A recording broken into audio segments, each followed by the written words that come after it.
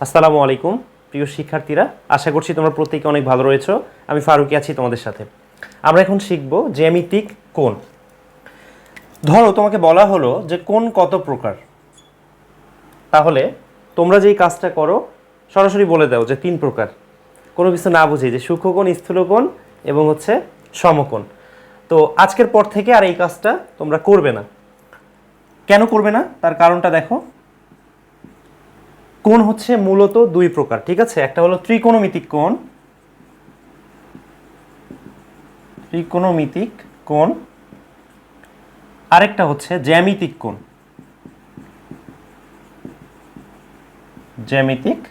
কোণ, ঠিক আছে?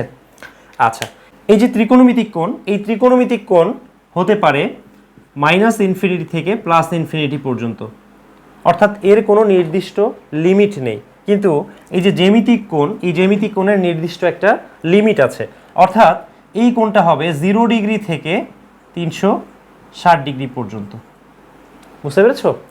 এখন তোমাদের কোশ্চিন হতে পারে যে উপরেরটাতে ফার্স্ট ব্র্যাকেট দিয়ে লিখলাম আর নিচেরটাতে কেন থার্ড ব্র্যাকেট দিয়ে লিখলাম, তাই না?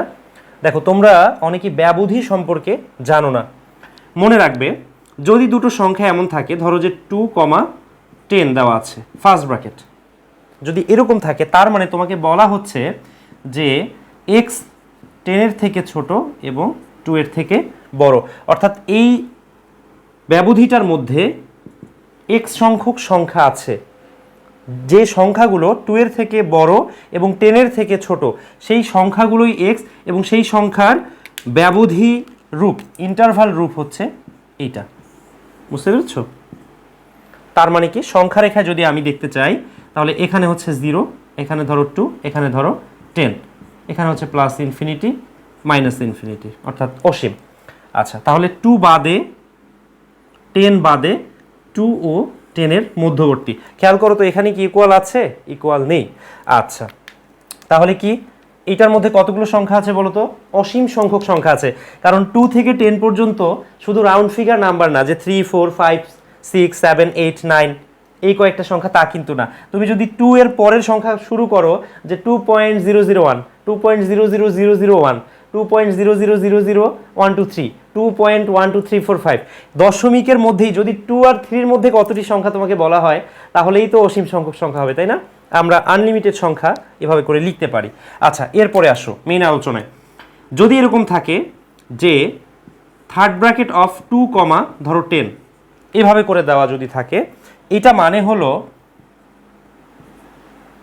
10 এর থেকে ছোট অথবা সমান এবং 2 এর থেকে বড় অথবা সমান যে সংখ্যাগুলো, সেগুলি হচ্ছে ক্লোজ ইন্টারভ্যাল। এটাকে আমরা বলি ওপেন ইন্টারভাল, এটাকে বলি ক্লোজ ইন্টারভ্যাল। আচ্ছা, তো এইটার মানেটা হলো কি, সংখ্যা রেখা যদি দেখতে চাই, এই যে 0, এখানে হচ্ছে 2, এখানে হচ্ছে 10, দেখো তো ইকুয়াল আছে না, গ্রেটার ইকুয়াল আছে না? তার মানে কি 2 সহ এবং 10 সহ, লেসার ইকুয়াল আছে মানে কি 10 সহ, 2 এবং 10 এর মধ্যবর্তী সংখ্যা, অর্থাৎ এইটুকের মধ্যে লাই করবে x এর ভ্যালুগুলা, ঠিক আছে? এইটুকুনের মধ্যে লাই করবে x এর ভ্যালুগুলা এই ব্যবধির ক্ষেত্রে। বুঝতে পেরেছো? আরেকটা কথা, ইনফিনিটিকে +∞ হোক বা -∞ হোক, সবসময় ফার্স্ট ব্র্যাকেট দিয়ে আবদ্ধ করতে হয়, ঠিক আছে? কারণ আমরা তো সেটাকে আবদ্ধ করতে পারি না। দেখো, যদি এরকম থাকে যে -∞, তারপরে হচ্ছে 5, এটার মানে আমি বলছি যে 5 সহ মাইনাস দিকে যত নাম্বার আছে সবগুলোই এর মধ্যে আবদ্ধ। বুঝতে পেরেছো? এখানে আমার থার্ড ব্র্যাকেট দেওয়ার কোনো সুযোগ নেই। এজন্য আমরা বলি কি, যে +∞ এবং -∞কে ফার্স্ট ব্র্যাকেট দিয়ে সবসময় আবদ্ধ করতে হয়। তাহলে তোমরা একটু কমেন্টস করে জানাও তো, যদি এরকম থাকে যে থার্ড ব্র্যাকেট অফ 2, তারপরে দেওয়া আছে 5 ফার্স্ট ব্র্যাকেট, এইটার মানে কি হবে? দেখো, আমি কিন্তু তোমাদের হিন্টস দিচ্ছি। থার্ড ব্র্যাকেট মানে হচ্ছে সহ, তার মানে কি 2 সহ 5 বাদে 2 ও 5 এর মধ্যবর্তী। আচ্ছা, যাই হোক, এটা তোমাদের বলে দিলাম। তোমাদের এইটা তোমরা বলো, এইটা কি হবে? ধরো দেওয়া আছে -5 আর 10, এটা কি হবে? এটা কি হবে তোমরা সেটা কমেন্টস করে জানিয়ে দাও। ওকে, এখন চলো আমরা আমাদের আলোচনায় চলে যাই। যে ত্রিকোণমিতিক কোণ আমার কি হতে পারে? -∞ থেকে +∞ পর্যন্ত হতে পারে, অর্থাৎ ত্রিকোণমিতিক কোণের কোনো লিমিটেশনস নেই। আমরা যখন ত্রিকোণমিতি নিয়ে কথা বলবো তখন এটা দেখব। এখন আসো জ্যামিতিক কোণ, ঠিক আছে? এই ব্যবধির টপিক্সটা কিন্তু মূলত তোমরা উচ্চ মাধ্যমিকে জানতে পারবা। যারা তোমরা নিম্ন মাধ্যমিকে আছো, তোমরা উচ্চ মাধ্যমিকে এটা জানতে পারবে। এটা হচ্ছে সেকেন্ড পেপারের ফার্স্ট চ্যাপ্টার, বাস্তব সংখ্যা চ্যাপ্টারের মধ্যে দেয়া আছে। আচ্ছা, এখন আসো এই জ্যামিতিক কোণ। হ্যাঁ, এই জ্যামিতিক কোণকে আমরা কয়েকটা ক্যাটাগরিতে বিভক্ত করতে পারি। কি কি ক্যাটাগরি সেটা? একটা হতে পারে সূক্ষ্ম কোণ, সূক্ষ্ম কোণ, ঠিক আছে। নাম্বার 2 হতে পারে সমকোণ, ওকে। তারপর নাম্বার 3 হতে পারে স্থূলকোণ, তারপরে হতে পারে সরল কোণ, অথবা হতে পারে প্রবিদ্ধ কোণ, ঠিক আছে। তোমরা অনেকেই এই বিষয়গুলো জানো, কিন্তু আমরা একদম ক্লিয়ার ক্রিস্টাল একটা ধারণা নিচ্ছি। আচ্ছা দেখো, সূক্ষ্মকোণ, সূক্ষ্মকোণ হচ্ছে যদি থিটা হয় তাহলে থিটার মানটা হচ্ছে 90 ডিগ্রির থেকে ছোট এবং 0 ডিগ্রির থেকে বড়, ঠিক আছে, অথবা সমান। দেখো আমরা কিন্তু সমকোণ সমান 90 ডিগ্রি এটা জানি, আবার এক সরল কোণ সমান 180 ডিগ্রি এটা আমরা জানি, ঠিক আছে। 180 ডিগ্রি এক সরল কোণ হয় এটা আমরা জানি, আর সমকোণ হচ্ছে 90 ডিগ্রি এটা আমরা জানি। এখন আসো এই 0 ডিগ্রি আমার থাকলো, আমার যেহেতু 0 ডিগ্রি থেকে শুরু, তাই না, তাহলে শুরুটা আমি এখানে করে দিলাম 0 ডিগ্রি থেকে শুরু, 90 থেকে ছোট, এটা হচ্ছে আমার সূক্ষ্মকোণ। তাহলে থাকলো কি 90 ডিগ্রি, 90 ডিগ্রি আমার সমকোণ আমি জানি, আবার 180 ডিগ্রি হচ্ছে সরল কোণ আমি সেটাও জানি। তাহলে স্থূলকোণের রেঞ্জটা কোথা থেকে হওয়া উচিত বলো তো? 90 ডিগ্রির থেকে বড় এবং 180 থেকে কি ছোট না, অর্থাৎ থিটা এর মান হবে 180 ডিগ্রি থেকে ছোট এবং 90 ডিগ্রি থেকে বড়। বুঝতে পেরেছো? তার মানে যেই কোণের মান 90 থেকে বড় এবং 180 থেকে ছোট সেই কোণকে বলা হয় স্থূলকোণ, ওকে। এরপর আসো প্রবিদ্ধ কোণ। তাহলে প্রবিদ্ধ কোণটা কি হবে বলো তো? প্রবিদ্ধ কোণটা 180 তো আমার সরল কোণের মধ্যে আছে, তাই না, তাহলে আমার এখানে আছে কত? 360 ডিগ্রি। তার মানে 180 ডিগ্রি থেকে বড়, অর্থাৎ থিটা যদি প্রবিদ্ধ কোণ হয় তাহলে থিটার মানে 180 থেকে বড় হবে এবং 360 ডিগ্রি থেকে ছোট হবে। বুঝতে পেরেছো? এই হচ্ছে আমাদের কোণের ক্লাসিফিকেশন। জ্যামিতিক কোণ 0 ডিগ্রি থেকে 360 ডিগ্রির মধ্যেই হয়ে থাকে। আমাদের এখনকার আলোচনা যেহেতু জ্যামিতিক কোণ, তাই আমরা ত্রিকোণমিতিক কোণ নিয়ে কোনো কথা বলছি না। এখন এই পুরো বিষয়টাকে আমরা যদি সংখ্যা রেখায় দেখতে চাই, ধরো যে এটা একটা কোণের রেখা, হ্যাঁ, এটা হচ্ছে সংখ্যা রেখার মতো কোণ রেখা, যেখানে কিনা ধরো এখানে হচ্ছে 0 ডিগ্রি আর এই জায়গায় আছে ধরো 360 ডিগ্রি, ঠিক আছে। এখন আমরা দেখব যে কোন কোন রেঞ্জের মধ্যে কোন কোন কোণ পড়বে।